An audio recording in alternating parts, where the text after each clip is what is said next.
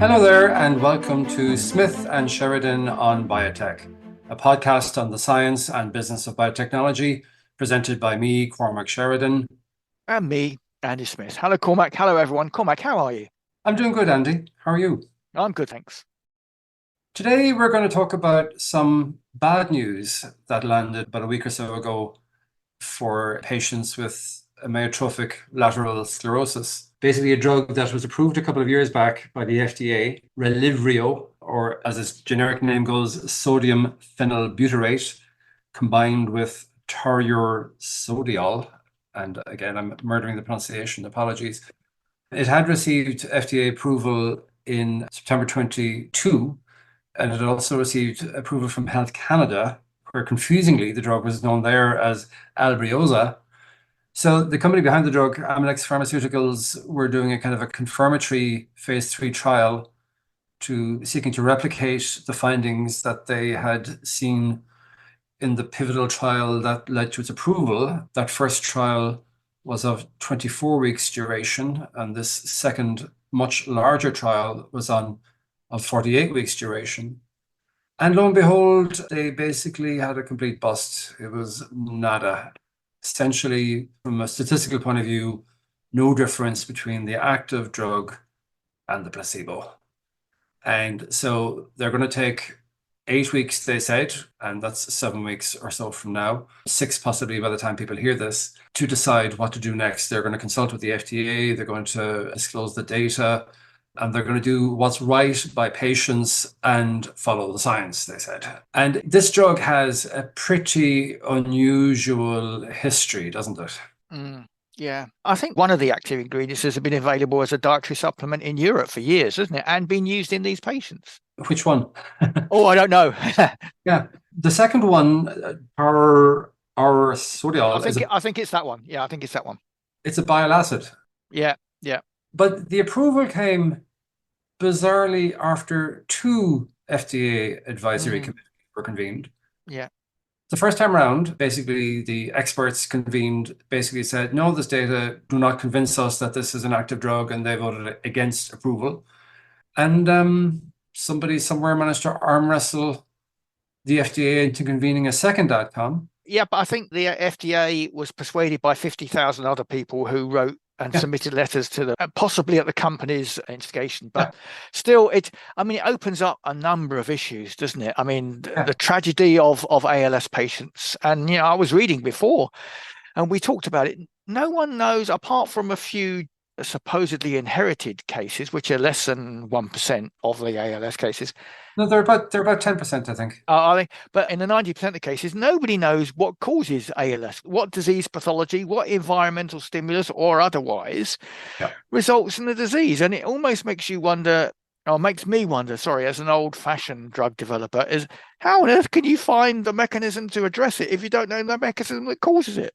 But I mean, you could say the same about any number of conditions. You could say the same for Alzheimer's. Yes, you can. And I still do. Alzheimer's and DMD as well. Yeah. And Parkinson's. Yeah, And absolutely. DMD, we know that's a monogenic condition. It doesn't mean that we can't stop trying to develop drugs. Oh, no, absolutely not. It's And an I mean, it's empirical such a process. devastating Yes. disease that the unmet clinical need is really high. And you were saying earlier, it might take a year to actually definitively diagnose it for patients. And then you've got less than 2 years left to live. I mean, what sort of news is that for a patient to receive? It really is terrible. And what's also terrible, of course, is that patients' cognitive function may not be impaired. Now, there is a strong link between frontotemporal dementia and ALS, Mm. but many of the finest minds that I've come across, either in person or out there in the world of thought, have died from this dreadful condition with their minds intact, so they And know been what aware of their demise as it's happening. Yeah, I mean that's another nightmare scenario, isn't it? it really is. It's a terrible, terrible death sentence. And what's surprising about the Relyvrio outcome, and maybe also though, I mean, I'm not going to be one of those people who's going to be lining up to kind of shoot arrows at anybody here. I think, okay, fine. The 2 outcomes was unusual. There was what at a surface reading looked like at least promising positive clinical data printed in journals in support of Relyvrio. I mean, the original Centaur trial that led to its approval, there was a second follow-up paper in the journal called the Annals of Clinical and Translational Neurology, which followed survival. And they found what looks like a solid survival signal from the participants in the earlier Centaur trial. Basically, there was a survival benefit of 4.8 months in the active treatment arm versus placebo in the patients who were treated. But of course, those in the placebo arm crossed over after 6 months to the active treatment arm. So you're confounding your result there. So to get a kind of a clean look at the potential efficacy on the survival parameter, they did a comparison with externally matched historical control group. And there they found a survival benefit of 10.3 months. And that's a very significant amount of time, given the very limited lifespan left to people who have a diagnosis. And that was a statistically significant result. And these were, serious clinical investigators who did the study. So I'm saying I don't know. I'm not claiming to have some sort of deeper insight into what's actually happening here. We do know that ALS is a highly heterogeneous condition. Every patient is different. We stick a label on patients. We say ALS patient, and we stick them into boxes, and one's in this arm, one's in that arm, and we run the controls, and we try to sort of make it look clean, but the clinical and human realities are never clean. They're complicated. This is a very complicated disease. Basically, your motor neurons are just dying, and they're giving out all sorts of signals. And some people are calling them biomarker data. There's a correlation between the amount of this and the state of the disease and all the rest of it. And again, this work is important, but it's also really complicated and very messy. Yeah, and we don't know, and we'll probably get neurofilament light chain in another approval, but you can't tell what biomarker is a cause or what biomarker is an effect of the disease. And again, in Alzheimer's, we see this again, and there's still the debate on beta amyloid. Going back on this particular ALS drug and its approval, and as you pointed out to me last week, it wasn't conditionally approved by the FDA, it was fully approved by the FDA, which is quite unusual. And I was wondering whether we'd have a discussion about the contingent approval process and the more permissive FDA, which we may get around to. But they have an accelerated pathway, but they don't have a conditional pathway that Europe has. Am I right? No, that's right. The company may actually be kicking themselves to how they've played this in regulatory terms, because the FDA gave them full approval. Fine. Off to the races, $400 million a year in sales, profitable in a very short space of time. But Europe, and I'm glad we have more stringent processes, Europe and Canada wouldn't do it, wouldn't give it full approval without the confirmatory study, which is shades of the old FDA. Show us 2 positive phase 3 studies and we'll approve it. So the more stringent European and Canadian regulators, that's why Amylyx had to do this confirmatory phase 3 study, which is the one that tripped him up. And there are shades of what might happen from here on in, because yes, you said that the management of the company said they're going to go back and they're going to consult. I read an interview with one of the co-CEOs that said, look, we already had a positive phase 2. We already have a positive clinical study, which is the Centaur study, right? In 137, as you pointed out, 137 ALS patients. Yep. So we already have a positive 137 patient phase 2 study, and he's almost ignoring the 664 negative phase 3 study. You can sort of see why they want to do that, because the gravy train has been laid out for them. But it doesn't help ALS patients if a drug is not effective. And as a commercial person, I've seen this in the past with a number of drugs. In the last 2 quarters of 2023, the sales of our Amylyx drug went down. Now, there are a number of reasons for that. There's seasonality, but this isn't a seasonal indication. No. If the drug doesn't work, it won't continue to sell, regardless of how well you promote it. And I do come down on one side of this, Cormac, as opposed to you. I think 664 patients versus 137 patients. I think we know the reason I mean, we know Yeah. what the outcome should be. I Mm. don't know how many more letters the company is going to ask patients and parents to write to the FDA in order to keep the drug on the market, how much sponsorship they need to do of various Mm. ALS societies in order to keep it on the market. But that shouldn't be the arbiter of whether a drug is on the market or not. Is it safe? Is it efficacious? Does it help patients? If not, withdraw it. And obviously, companies, when they're in the situation, they will always clutch at whatever straws are available. And there is an open label extension cohort on the European arm of the phase 3 study that's ongoing.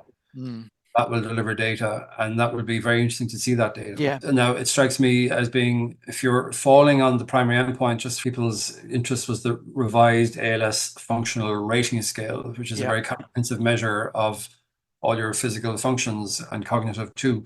So, I mean, if you're not showing improvement there, it would be, or at least it's not necessarily improvement, it's actually just slowing the rate of. Slowing the decline. Yeah. But if you're not doing that, it's very hard to expect that you would actually improve survival. They must surely be linked. But there are also lots of arguments which companies have used in the past in order to keep drugs on the market that have worked out as badly as this particular one has done. I mean, Sarepta, as a case in point in the past, has said, just as Amlin recently said, this is a heterogeneous disease. So, the patients have different clinical presentations, and therefore their response to the single sane drug may be different. And that's then what confounds our clinical trials. I'm happy to accept that, both in DMD and in ALS. But if you want approval for a drug in that indication, define that patient population. If there are like ALS variants A, B, C, and D, don't try and get approval for all of them with a drug that's only going to work in one or two of them. But you can see commercially, if I was a commercial person in that company, I'd be tearing what little hair I have out at that point, because you're slicing and dicing your market down to smaller and smaller portions in which you have to charge higher and higher prices in order to keep your profitability up. Yes, it's actually pretty impossible, actually, really. And if that's the case, I don't know how you go about trying to actually make any useful options available for anybody that's going to work. Well, it depends on the size of the patient population. And I've always come back to this sort of thing. If a patient has a disease along with a few million others in that indication, then biotechnology companies and pharmaceutical companies these days as well will find that a commercially attractive opportunity. If there's some sort of random mutation that results in one patient in 10 million, that of course is a tragedy for the patients and the parents and the family. But for healthcare systems and for pharmaceutical companies, does that make a viable drug? No. Not at the moment, anyway, unless we start to progress on gene editing and gene therapy, whereas that one shot can effectively do it. As you say, yes, we're not there yet. If it's genetically defined. And that brings us back, if you like, to ALS, because I mean, the big division in ALS is whether or not you have a sporadic form, which is 90% of the patient population, and that's the form that Relyvrio was addressing, or the familial forms constitute about 10%. And there's mutations in over 40 different genes are associated with familial ALS. Now, 4 of them constitute about 70% of the genetic cases. So there are drug development programs underway addressing those more frequent mutations. But there was obviously a very significant approval last year. I'm referring to the Biogen's drug Halsody or tofersen. Yeah. The original work was done by Ionis. It's an antisense drug. And they got FDA approval for a form of ALS associated with mutations in superoxide dismutase 1, which is an enzyme. Which is a pretty broad metabolite, or has pretty broad metabolic effects, doesn't it? Yeah, exactly. It basically, I think what it means is that the drug itself, the enzyme prevents oxidative damage, but the mutated form of that protein, it aggregates. And so where have we seen that before? I know, protein aggregation. It's an ongoing problem multiply. But so then you've got the dual kind of pathology of toxic protein aggregates and also loss of function of the enzyme, because oxidative stress is one of the supposed kind of pathophysiological mechanisms that's driving the disease. But the curious thing here is that Biogen got approval not because the primary endpoint of their pivotal trial. Because it didn't hit that primary endpoint, right? They missed it, yes. But they did show a very profound effect on a marker called neurofilament light chain, which is sort of the biomarker du jour of all neurodegenerative disease because it's a non-specific marker of neuronal damage and death of neurons. And it's a cylindrical neurofilament protein present in the cytoplasm of neurons. And so whether your neurons are dying from Parkinson's related mechanisms or ALS mechanisms, NFL, as it's called, will be elevated. And Biogen's 28-week pivotal study, the drug had an average 55% reduction from baseline NFL concentrations, whereas those on placebo showed a 12% increase, and that's after 28 weeks. So that was interesting. Biogen has yet to report follow-up data from a confirmatory trial. No, it's actually an open label extension to the original phase 3. And they have an additional phase 3 in people who are pre-symptomatic, but who carry the SOD1 mutations. That's a nice study to do, and I think that's going to be very interesting to see. And again, it will remind you of the efforts to see whether or not an anti-amyloid antibody could development of Alzheimer's in people who had a genetic mutation that predisposed them to getting the study that they've done to date, the NFL levels don't correlate with disease progression, which is a bit worrying. And again, it could be another tragedy for ALS patients, 2 in succession. But in some respects, it adds to the whole debate on accelerated approval based on surrogate markers and where we're going to eventually end up with that. My guess is, how many hits do you need to have to be knocked out before the FDA starts to be less permissive than it has been up to date? Yes, it gives patients something to grab onto, but if that thing then slips away like a piece of wet grass on the side of a tall hill, then you're still going to be falling. You may be falling just as fast as you have been before, but you paid for the drug. So I think the whole debate on accelerated approvals or conditional approvals and how long it takes companies to conduct, or should I say, drag their feet on conducting confirmatory studies, it adds to that. And sooner or later, we're going to have to ask some pretty serious questions about how permissive do we want to be, how much hope do you want to give patients based on very early stage phase 2 data. And ALS, unfortunately for the ALS patients, is front and center of that argument right now. Yeah, I couldn't agree with you more. And to me, an awful lot of it comes from the fact that we don't understand disease biology. No. And if you don't understand disease biology, how can you realistically hope to address it? And to me, what's very sort of telling, if you look at the difference between the official documentation and what the company, and not only the company, but also its clinical collaborators are saying. And the case in point is Relyvrio, right? If you look at the FDA label for that drug and you go to the mechanism of action part, unknown mechanism. That's all the FDA will allow. We don't know how this works. Whereas if you look at the New England Journal of Medicine paper, in the appendix, the co-authors write this extraordinary paragraph with levels of confidence that I find amazing, that basically, well, sodium phenylbutyrate is a histone deacetylase inhibitor. It upregulates heat shock proteins and acts as a molecular chaperone and thereby ameliorates endoplasmic reticulum stress. Oh, well, that's all right then. And to continue, taurosodiol, again, apologies for the pronunciation, recovers mitochondrial bioenergetic deficits and prevents translocation of Bax protein into the mitochondrial membrane, reducing mitochondrial permeability and increasing the apoptotic threshold of the cell. It does remind me, Cormac, do you remember a company called Phytofarm based in the UK biotech company? Yes. It had botanical derived drugs, and they did a study in animals once, and it was for veterinary use of their drug.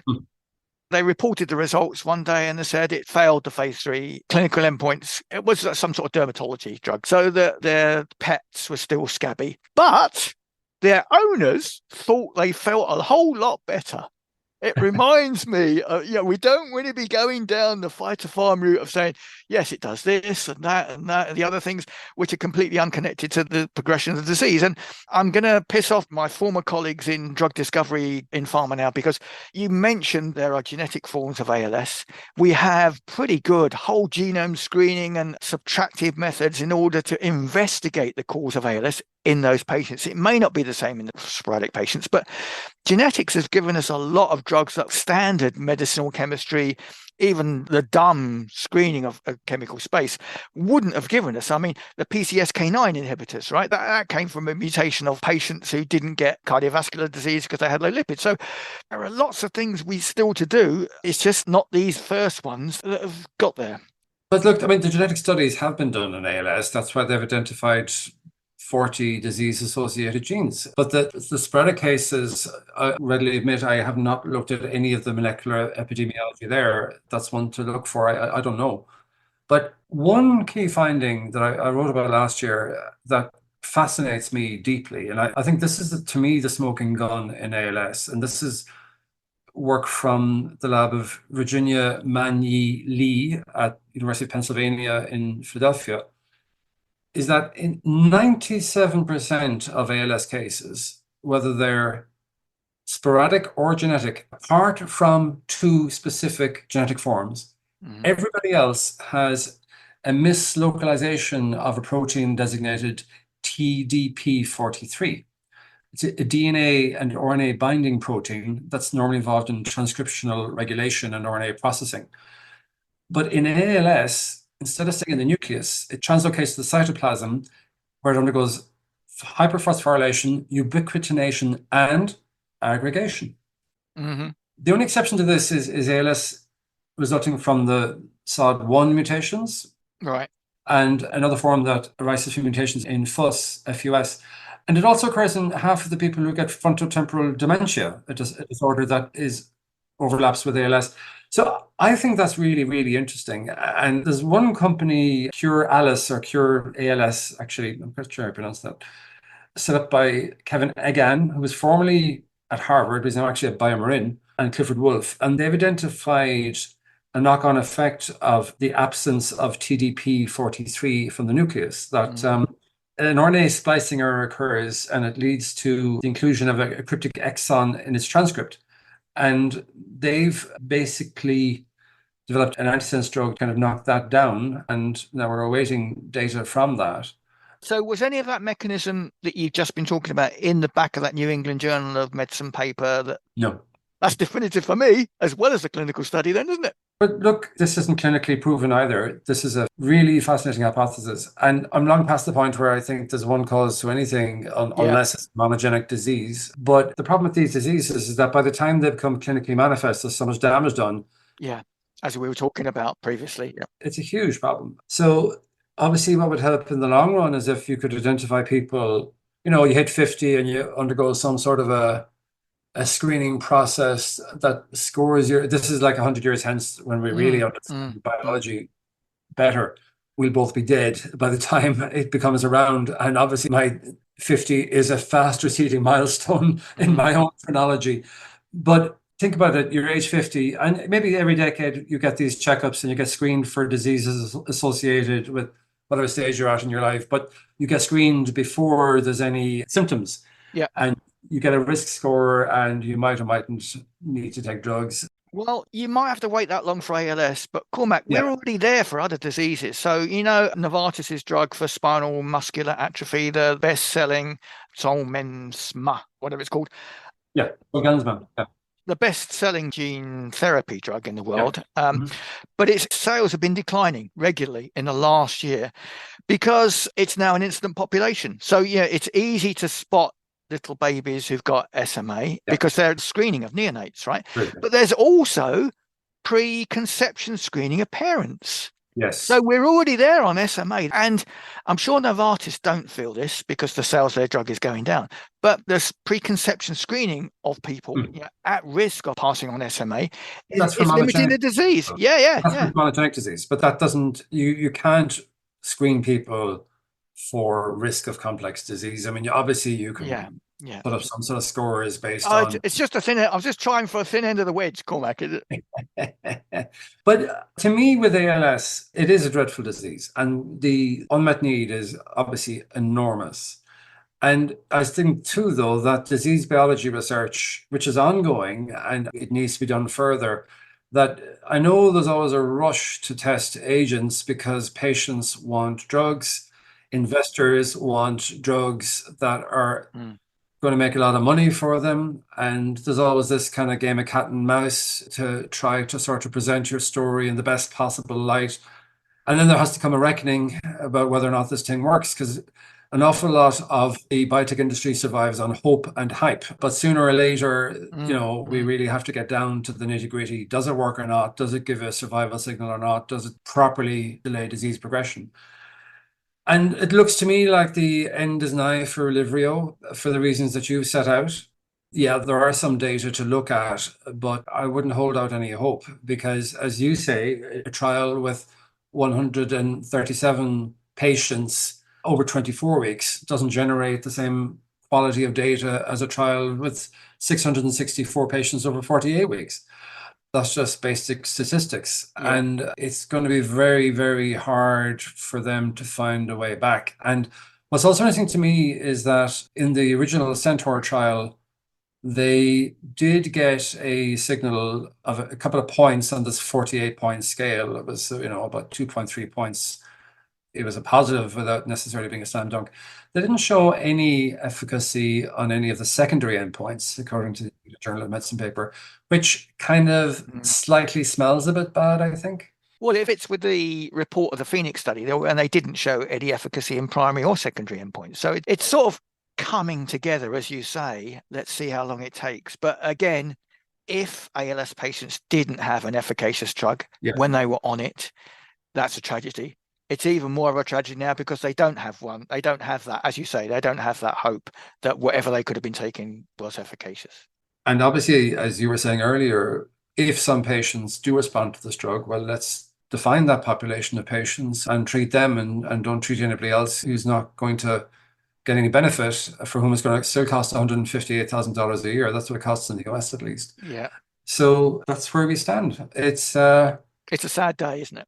It's a difficult time for the patients. It really is. But it also, to me, says that we just need to double our effort in disease biology research. And we're only getting going there and offering nothing to patients who are currently dealing with a diagnosis.